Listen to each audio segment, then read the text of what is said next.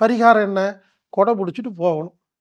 இல்ல முதல்லயே வெளிய கடைக்கு போயிட்டு வீட்ல வந்து உட்காந்துக்கணும். இதுக்கெல்லாம் சரியான வழியை காட்டக்கூடிய ஒரு வழிகாட்டி தான் அது ஒரு அழகான கணிதம்.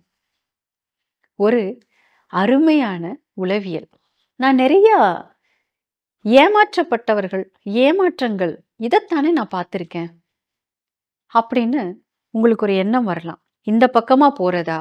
இல்ல இந்த பக்கமா போறதா? அப்படின்னு ஒரு இடத்துல வந்து நிப்போம். என்னங்க சொல்றீங்க? ஜோதிடம்னாலே நெறைய கணக்குகள் இருக்கும். வாழ்க வையகம்! நண்பர்களே, ஜோதிடம் கற்றுக்கொள்ளுங்கள். ஜோதிடம் என்றால் என்ன? பரிகாரம் என்றால் என்ன? பரிகாரம்னு கேட்டீங்கன்னா, இன்னைக்கு 4 மணிக்கு மழை வரும் அப்படிங்கிறது ஜோதிடம். பரிகாரம் என்ன? கொடை புடிச்சுட்டு போகணும். இல்ல முதல்லயே வெளிய கடைக்கு போயிட்டு வீட்ல வந்து உட்காந்துக்கணும். இன்று 7 மணிக்கு சூரியன் போயிருங்க, இருட்டாயிருங்க. அத யாரும் மாத்த முடியாது. 7 மணிக்கு இருட்டாயிரும் என்று நமக்கு தெரிந்து விட்டால், 7:05க்கு நாம லைட்டு போடுறோம் இல்லையா? அதான் பரிகாரம். அதாவது இந்த ஒரு காலகட்டத்தில இப்படிதான் இருக்கும்னு தெரிஞ்சு, அதுலேருந்து தப்பிக்கிறதுக்கு நாம ஒரு முன்னேற்பாடு பண்றதுக்கு பேரு தான் பரிகாரம். வணக்கம். வாழ்க வளமுடன். நான் கோட்டுமொழி சத்யா. இன்னைக்கு என்ன விஷயம் பார்க்க போறோம் அப்படின்னா, ஜோதிடம். பாருங்க, நம்ம வாழ்க்கையோட நேரடியாக அல்லது மறைமுகமாக ஜோதிடம் நம்மளோடு பயணிச்சுக்கிட்டு தான் இருக்கு அப்படின்னு சொன்னா, உங்கனால நம்ப முடியுதா? ஆனா, உண்மை அதுதாங்க. நமக்கு இந்த ஜோதிடம் பார்க்கணும் அப்படிங்கிற ஒரு தேவை இல்லாமல் இருந்தாலும், நம்மளுடைய வீட்டில் இருக்கக்கூடியவர்கள் ஜோதிடத்தில் விருப்பமுள்ளவர்களாக இருக்காங்க. ஜோதிடம் பார்க்கக்கூடியவர்களாக இருக்காங்க. அதேபோல நமக்கு வரன் பார்க்கின்ற ஒரு காலத்தில், வரனினுடைய வீட்டிலயும் நாங்க பொருத்தம் பார்த்து தாங்க முடிவு பண்ணுவோம். நாங்க ஜோதிடம் பார்த்து தான் எங்களுக்கு சரியா இருக்குமா, இல்லையா அப்படின்னு முடிவு பண்ணுவோம் அப்படின்னு சொல்றாங்க. அப்பவும் ஜோதிடம் நம்மளோட வாழ்க்கைக்குள்ள வந்துடுது. அதேபோல நமக்கு திருமணம் ஆனதுக்கு அப்புறம், நமக்கு ஜோதிடத்தின் தேவை இல்லாமல் இருந்தாலும், நம்மளுடைய வாழ்க்கை துணை ஜோதிடத்தை விரும்புறவராக, ஜோதிடத்தை தேடிச் செல்பவராக இருக்கிறாங்க. இப்படி ஏதாவது ஒரு கால சூழல்ல இந்த ஜோதிடம் நம்மளோடு தொடர்ந்து வந்துட்டு இருக்கிறத நாம் உணரத்தான் வேண்டியது இருக்கு. சரிங்க. இந்த ஜோதிடம் நீங்க சொல்றதெல்லாம் கரெக்ட் தான். ஆனா, நான் நெறையா ஏமாற்றப்பட்டவர்கள், ஏமாற்றங்கள் இதத்தானே நான் பார்த்துருக்கேன். அப்படின்னு உங்களுக்கு ஒரு எண்ணம் வரலாம். பாருங்க, ஜோதிடம் அப்படிங்கிறது மாயமோ, மந்திரமோ இல்லை. அது ஒரு அழகான கணிதம். ஒரு அருமையான உளவியல். ஒரு குழந்தை இந்த உலகத்தில் பிறந்ததிலிருந்து, இந்த பூமியில வாழ்கின்ற காலம் வரைக்கும் எதற்காக பிறந்தோம்? எதை நோக்கி பயணிக்கிறோம்?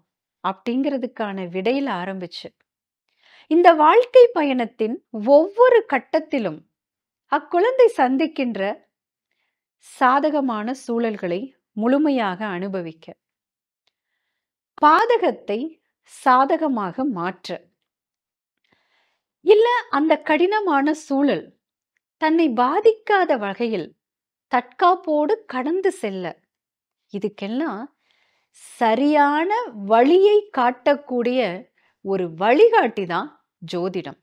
வேற இதுல எந்த மேஜிக்கும் கிடையாதுங்க. மிக மிக உன்னதமான கலை தான் இது. ஜோதிடர்கள்ல சில பொய்யான நபர்கள் இருக்கலாம். ஆனால் ஜோதிடம் மிக மிக உண்மையான, ஆத்மார்த்தமான ஒரு கலை.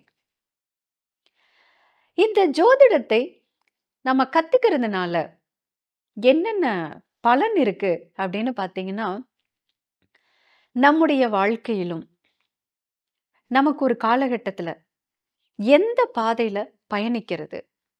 இந்த பக்கமா போறதா? இல்ல இந்த பக்கமா போறதா? அப்படின்னு ஒரு இடத்துல வந்து நிப்போம். அதே மாரி யாரை தேர்ந்தெடுப்பது?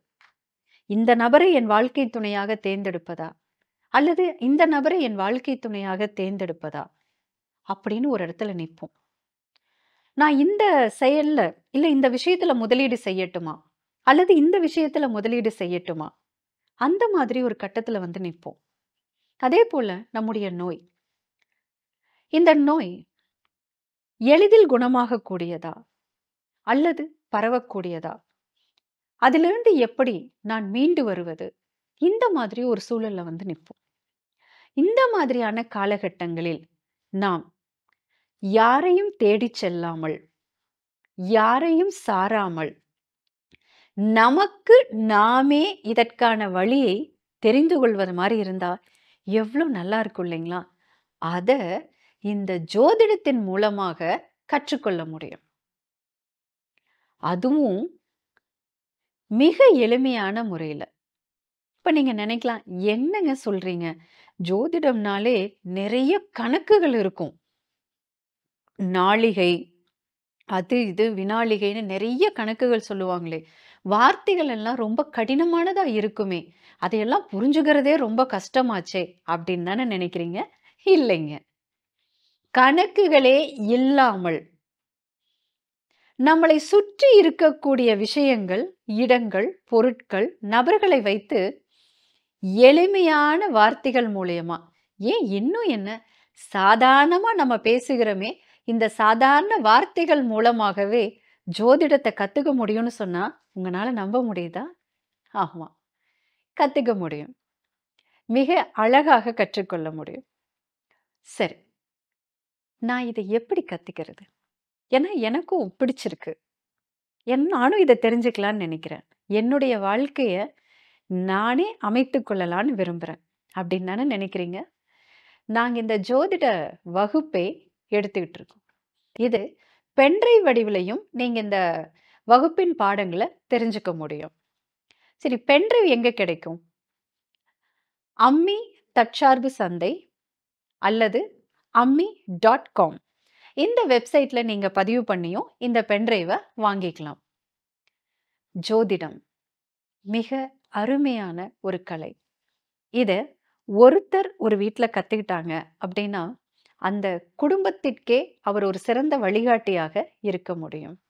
கற்றுக்கொள்ளுங்கள், பயனடையுங்கள். நன்றி, வணக்கம். வாழ்க வளமுடன்.